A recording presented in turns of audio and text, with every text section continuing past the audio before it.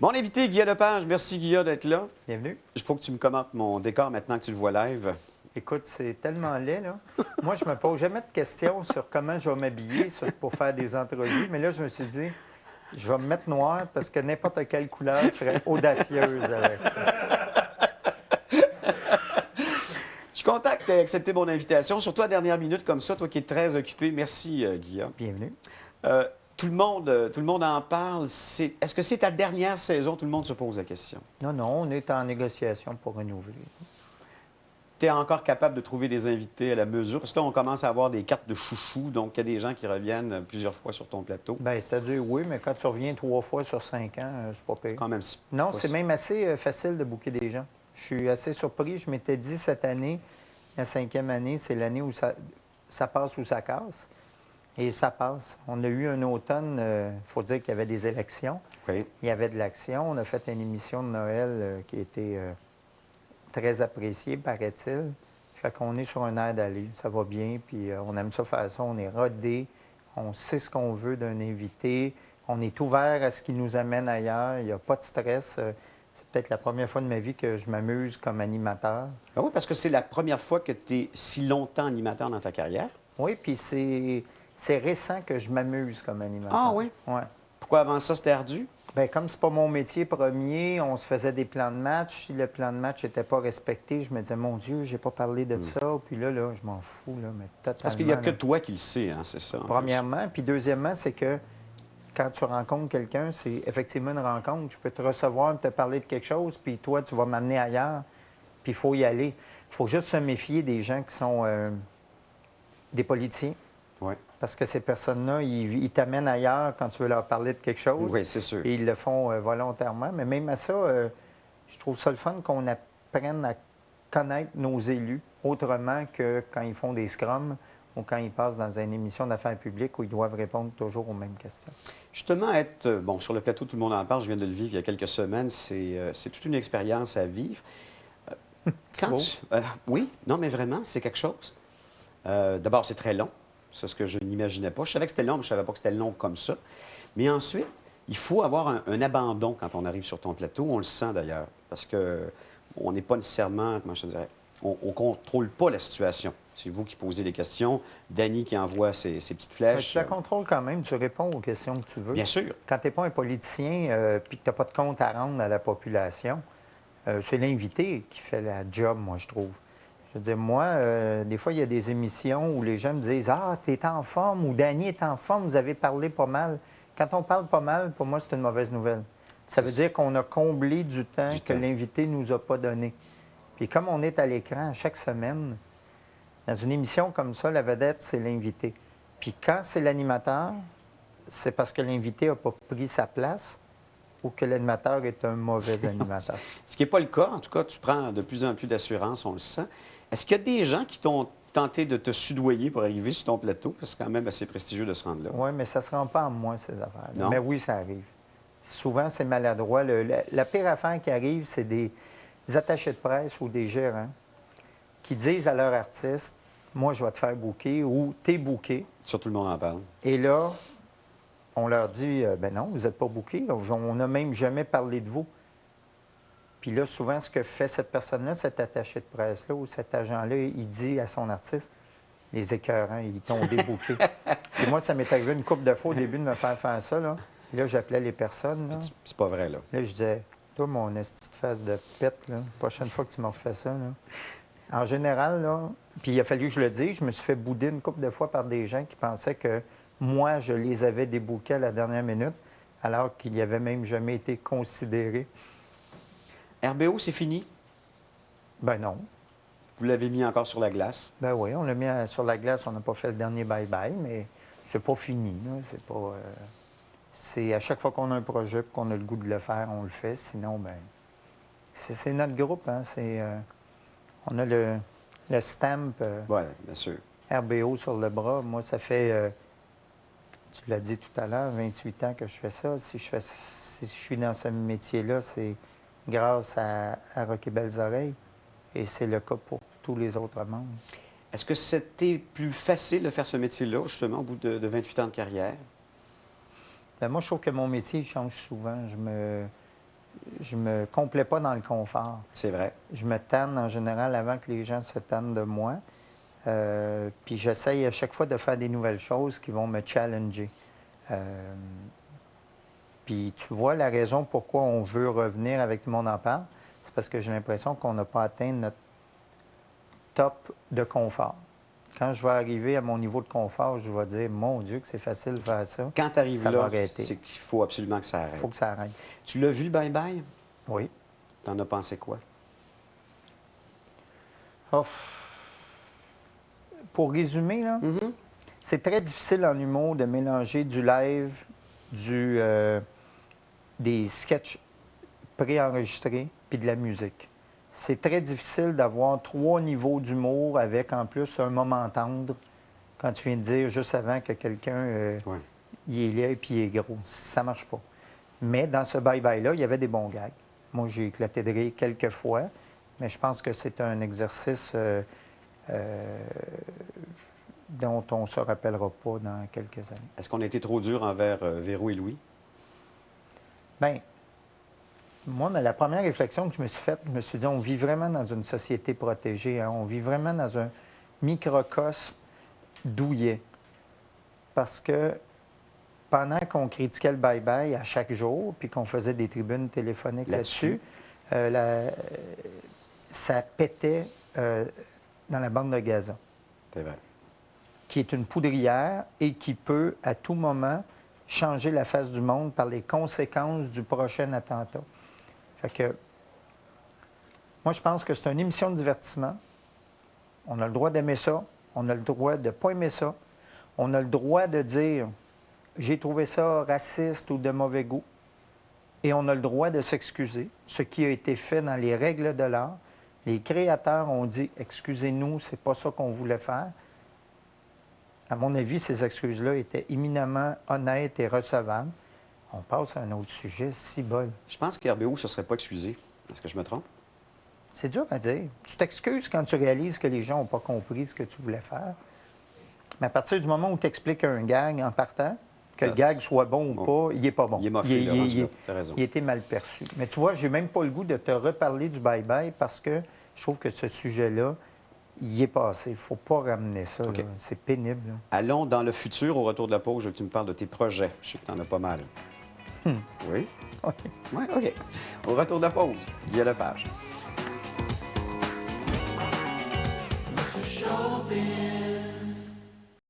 Mon invité Guy Lepage, on a parlé du passé, maintenant on va parler du futur. J'ai dit passé, mais il y a aussi le présent. Là, on a parlé de Tout le monde en parle. Qu'est-ce que tu vois devant toi après Tout le monde en parle ou pendant Tout le monde en parle?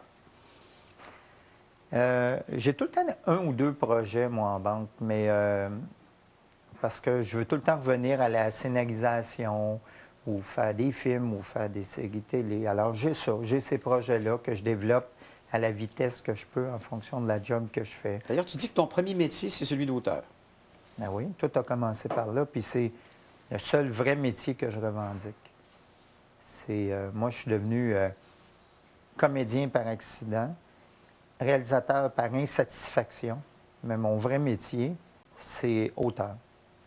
C'est ça que je fais le plus vite, le mieux, puis c'est là où je me pose le moins de questions. Puis quand quelqu'un me dit « c'était bon, ce texte-là », je fais « ouais ». Alors que dans n'importe quoi d'autre, je vais dire « ah oui, t'as trouvé, oui, tu jouais bien cette scène-là. Ah oui, t'as pas remarqué que j'avais un tic ou n'importe quoi. » Alors Toi, que, tu vois tout, toi. Oui, bien moi, je me regarde. Je regarde, Ouais. Tout le monde en parle à chaque semaine, puis je critique tout. Et ton niveau de satisfaction de toi, c'est quoi? Je te mettais ça sur une échelle de 100 là, quand tu te regardes. Moi, comme animateur, Moi, tu là, donnes une note de? 75. Pas plus que ça. Non, c'est pas ça 100 pour moi. C'est vraiment pas ça. Puis comme comédien? Bien, ça, c'est 75, mais des fois, j'ai des moments... Des fois, je fais des affaires comme comédien que je connais personne qui peut faire. Comme? Bien, c'est parce que ça fait partie de mon tempérament. OK. Quand tu es un humoriste, comédien, tu vois ça des fois aux États-Unis, mais tu le vois même ici, on a des gens qui ont un naturel pour faire des trucs. Exemple, dans Un gars, une fille, je suis loin d'être le meilleur comédien au Québec. mais j'étais bon en tabarouette dans un gars de fille. C'est vrai. Puis c'était grâce à ma partenaire, mais c'était aussi grâce à ce qu'on avait à faire ensemble. Quand je le regardais à la fin, je me disais, j'ai d'affaires là, c'est ma job. Ouais, ça coulait, on le sentait. C'est mon ça. travail. Puis quand on gagnait des prix d'interprétation, je me sentais pas... Gêné d'aller j'étais pas chercher. gêné d'aller chercher. Un gars, une fille, c'est dans quoi? Une trentaine de pays en ce moment encore? Non, là, c'est beaucoup, beaucoup moins. Ça a été jusqu'à une trentaine, mais là, ils ont épuisé le stock. Là. OK. Mais ça recommence tout le temps. Il y a tout le temps, chaque année, 2, 3 nouveaux pays qui rachètent le concept. Là, on est plus dans des périodes où certains pays où ça fonctionnait beaucoup, les rediffusent. Je pense qu'en France, ils sont rendus à la 4e rediffusion, Rediffusion. par exemple. Et tu as gardé le contrôle sur ton produit, ça, c'est admirable quand même. Bien, c'est pas admirable. Ben, on peut- parle à François Havard, il va te parler des bougons en France. Bien, c'est parce que c'est à la base qu'il a signé. Tu peux garder le contrôle de tout ce qui est à toi toute ta vie. Je veux dire, c'est une leçon de négociation 101. Moi, dans mon contrat, c'est Lui, il s'est si fait je suis pas avoir. content, ça... Bien, je ne sais pas si c'est fait avoir, je ne sais pas avec qui. OK, il a fait affaire. En fait, je ne sais pas à quel moment il s'est dit arrangez-vous avec ça, occupez-vous-en, puis moi, je ne fais pas ça. Les Américains, Moi, je en travaille fait- de très près Oui. avec Avanti. On est comme ça, puis on donne le petit bout de corde qu'on veut donner. Love Bites, les Américains avaient repris le format un gars, une fille. Ça s'est mal passé. Ça s'est fini comment, ce dossier-là, au juste? Bien, je ne peux pas en parler beaucoup parce qu'il y a eu un règlement hors cours, mais ce que je peux te dire, c'est qu'il y a un producteur qui voulait faire de plus en plus d'intégration de produits. Intégration de produits qui est Commercial, là, bien sûr. commercial. Et j'ai refusé. Puis ça a fini par arrêter. Mais il n'y avait pas de... C'est ça. C'est pas mal ça que je peux dire. Tu es content de l'entente?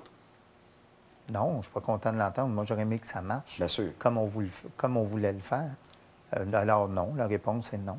Il y a eu règlement, puis on n'est pas du tout en chicane avec les producteurs américains avec qui on a travaillé, mais et eux et nous auraient aimé que ça fonctionne. Je veux que tu me parles de tes passions pour le poker et la chanson. C'est... As-tu toujours été un joueur? Il me semble que je Bien, vois pas ça c'est-à-dire, en toi. oui, oui. Oui? Moi, j'ai d'une famille de joueurs de cartes. En fait, je sais jouer aux cartes depuis que j'ai 5 ans.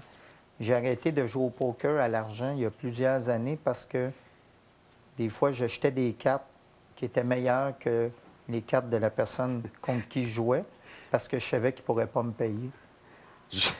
C'était ça ta stratégie? Non, ma stratégie, c'était je ne voulais pas vider mes amis. OK. Donc, Fait que par j'ai bonté de cœur. Par bonté de cœur. Puis une fois, il y a quelqu'un qui m'a dit ah, je savais, je te battais. Puis là, j'ai dit toi, mon asti, là, tu joues comme un Christ de pied, puis je viens de te sauver 500$. Puis là, j'ai arrêté de jouer en me disant je peux pas jouer en me disant parce que c'est ça le principe des cartes, c'est gagner l'enjeu. Fait que si tu gagnes pas l'enjeu, c'est plate. Non, c'est plate. Ça enlève tout ton plaisir. Et dans le poker, le Texas Hold'em qui existe maintenant, il y a une formule qui s'appelle les tournois. Fait que tu as une mise de départ qui est la même pour tout le monde, 20$, 50$. Puis quand tu es éliminé, tu t'en vas, puis c'est fini. Tu ne fais que perdre cette somme-là. C'est ça. Fait que tu joues contre René Angélil ou contre ton facteur, bien, les deux, ils valent leur mise. Puis quand ils sont débarqués, ils sont débarqués. Parle-moi de René Angélil, son aveu d'être gambler. Tu l'as pris comment, toi, en tant que joueur de poker? Bien, je pense que c'en est un. Je pense que c'en est un. Mais je pense qu'il aime beaucoup le jeu, puis je pense que son côté gambler a fait que Céline Dion est rendue aussi loin sûr. qu'elle est maintenant. Bien sûr. Puis je pense qu'il y a aussi tu sais, René, il dit, j'ai pas compté combien j'ai perdu, parce que, heureusement pour lui, il a le luxe de ne pas le compter, tu sais. Mais c'est une maladie, le gambling. T'as pas peur de l'avoir? Oh non, moi j'écris tout. Comment t'écris tout? Moi Toutes j'écris... tes sommes? Oui. Pour un principe très simple. C'est-à-dire, si je me rendais compte au bout de 10 ans que j'ai perdu 1000$ en jouant aux cartes, je me dirais, c'est pas grave, là. Ça ne te cassera pas à la fin du mois, là. Non, puis en plus, je me suis amusé au lieu Oui, d'aller au c'est ça. restaurant. Mais pour moi, c'est important. Je viens d'un milieu humble et je serais gêné, mais extrêmement gêné de dire j'ai perdu, je sais pas quoi, 50 000$ à jouer aux cartes ou aux courses ou d'une machine. Je serais honteux. Je trouve que c'est une honte totale de gaspiller l'argent que tu gagnes difficilement très souvent. Puis quand tu en as beaucoup, que tu la flaubes là au lieu de faire d'aider le monde. Moi, en plus, je suis chanceux, moi, j'en gagne de l'argent. Mais si j'arrivais un peu even ou que je perdais un petit peu, je dirais, bien, c'est mon loisir, Oh oui, et c'est c'est pas ça. de vos affaires. Mais si tu en perdais beaucoup... Mais là, quand je vois du monde, là, il y a un endroit où je joue à chaque semaine, là, puis je vois quelqu'un que je connais, là, puis je le vois perdre de l'argent là, dans les machines à boules, là, dans des machines machine à à sous, hein. poker, là. Cette personne-là me déprime profondément. Puis j'espère qu'il me regarde. Il va se reconnaître, tu penses? Bien, s'il regarde M. Showbiz, Oui, bien sûr. Ou en rediffusion le soir à 23 h. évidemment. Guillaume, veux-tu on va aller à la pause? Oui. Au retour, on va faire un bain de foule. J'espère qu'il regarde M. Showbiz. De toute façon, il nous en reste jusqu'au 20 mars. Avec mon invité, Guillaume Lepage. À tout de suite.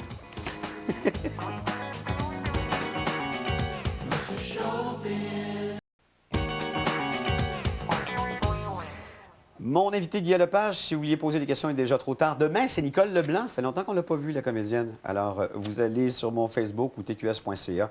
Vous me laissez des questions pour elle. Peu de temps pour te poser ces différentes questions. Salut Eric, j'aimerais que tu demandes à Guilla, mot pour mot. Tu vas encore penser que c'est une joke, mais est-ce que tu réalises à quel point ça me fait mal quand ta blonde est d'injambe de nos games de poker chez Snakes? Et en sous-question, c'est-tu ton but de me tuer à petit feu? Jean-Thomas Jobin. Ah oui, il est con. Il est tellement con. C'est quoi ce running-là entre vous autres?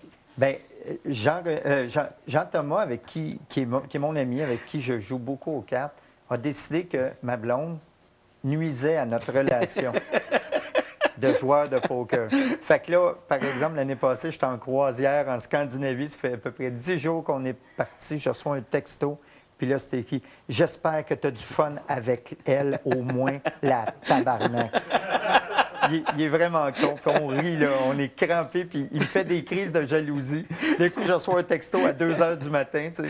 Ah, c'est trop cool. Ouais. Bon, ben salut-le, tiens, en passant, parce que lui, il regarde M. Showbiz. Ah oui, bien, c'est mon ami, Jean. OK. Hugo Roy, que pense-t-il de la fin de M. Showbiz ou plus largement de la nouvelle vocation de TQS? Puis une autre question qui vient de Annie Hébert. Moi, je voudrais savoir comment il se sent d'être à ton émission. A-t-il hésité avant de dire oui? Bien, tu le sais. Tu as dit oui de même. C'est ça. Moi, je suis un gars facile. Absolument. Ouais, moi, je dis oui tout de suite. Mais puis après ça, j'assume les conséquences. Moi, je n'aurais pas dû y aller. Ah ouais. Là, il est trop tard. Ouais, là, il est trop, je suis là. Mais tu penses quoi, donc, de la fin ou de la restructuration de TQS? Qu'est-ce que tu as comme C'est dur à opinion dire parce que la restructuration, au moment où on se parle, elle n'existe pas. C'est vrai. Là, on voit juste des fins et des finalités et des émissions qui se font bumper. Je ne peux pas répondre à ça. Moi, je trouve ça important qu'il y ait un autre réseau privé qui reste en vie. Important, mais Parce que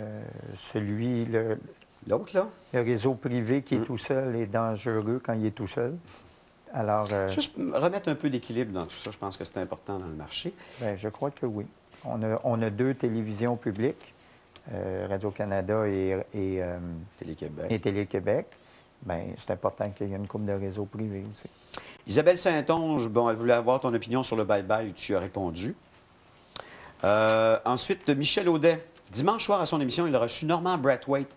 Celui-ci a mentionné qu'il avait vécu une grosse dépression et que Guillaume lui était venu en aide. Quel lien entretient-il avec Normand? C'est un chum à toi? Non, fort peu. On se fréquente pas, mais on s'entend bien.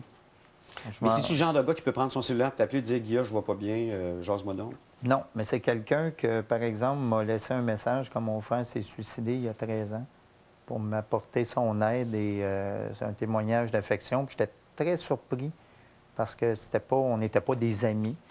Puis on se voit comme, je sais pas, 3 ou 4 fois par année. On a été jusqu'à manger une fois ou deux en 15 ans. C'est pas un ami proche, mais on s'entend bien puis on se respecte. Et puis, dernière question, c'est tout le temps qu'on a. David Richard qui dit « Salut Guy, je voudrais savoir si parfois tu as honte des questions ou commentaires de Danny ou des autres invités. » Je pense que vous faites chacun votre job dans cette émission-là, de toute façon. Je n'ai pas à avoir honte d'aucun invité, ni de Danny. Danny, c'est un être humain qui sait exactement ce qu'il a à dire. Il est très articulé, responsable de ce qu'il dit. Je m'entends super bien avec lui. C'est mon ami. Lui, j'ai développé une relation d'amitié au fil des années. On se fréquente hors plateau. Puis je ne suis pas du tout paternaliste avec lui. Il fait ce qu'il veut, puis il en assume les conséquences. On va à la pause de retour. Point d'interrogation, point d'exclamation. Dernier droit de cette entrevue avec Guy Lepage. À tout de suite.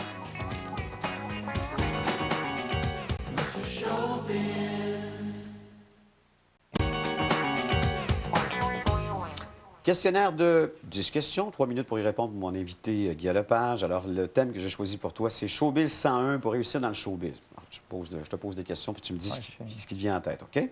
Est-ce qu'il faut plus de persévérance ou de talent pour réussir dans le showbiz? Il faut de l'opportunisme ou de l'opportunité, principalement. Le reste, ça vient avec ou après. Pour réussir dans le showbiz, il faut être malléable ou intransigeant? Il faut que tu sois soit l'un ou soit l'autre, pas au milieu. Si tu es très guidoune, ça va bien aller. Puis si tu es intransigeant, soit ça va casser en partant, ou certains chanceux vont réussir à... Pour réussir dans le showbiz, il faut du pouvoir ou du vouloir? Il faut les deux, mais il ne faut pas abuser de son pouvoir. Ça, c'est un grave défaut. Les gens ne l'oublient pas. C'est un milieu où les ascenseurs se croisent. Oh, Colin, oui. Quand tu Puis, montes puis quand tu descends. hein? Tu as raison. Hein? Eh oui. Hein? Pour réussir dans le showbiz, il faut défoncer les portes ou les ouvrir lentement? Bien, écoute, ça dépend de ce que tu fais dans ta job. Si tu veux refaire ce qui existe déjà, tu t'ouvres doucement, tu es gentil avec le monde. Si tu veux changer les habitudes, il faut que tu défonces les portes. Je pense que tu as raison. Dans ce, il faut prendre tout ce qui passe ou choisir tout judicieusement? Ça avec? Moi, je pense qu'il faut choisir parce que tout ce qui passe, c'est-à-dire, si tu fais une petite chronique à un poste de radio, puis après ça, tu as une autre émission, ça va, tu gagnes ta vie. Mais si toutes ces émissions-là deviennent très populaires, les gens commencent à dire « Hey, lui, je suis tanné d'y voir la face. » As-tu peur de ça, toi? Qu'on te voie trop, Ben, trop moi, riche, trop populaire? Ben, moi, tu peux pas me voir trop. Je limite mes apparitions depuis des années, le plus possible. Je ne m'éparpille pas depuis des années. Je fais très, très peu d'entrevues parce que je fais Tout le monde en parle à chaque semaine, puis que il y a 1,5 million de personnes qui me voient pendant 2 heures et demie. J'ai décidé que c'était bien assez. Il faut être charmant ou charmeur pour réussir dans le showbiz?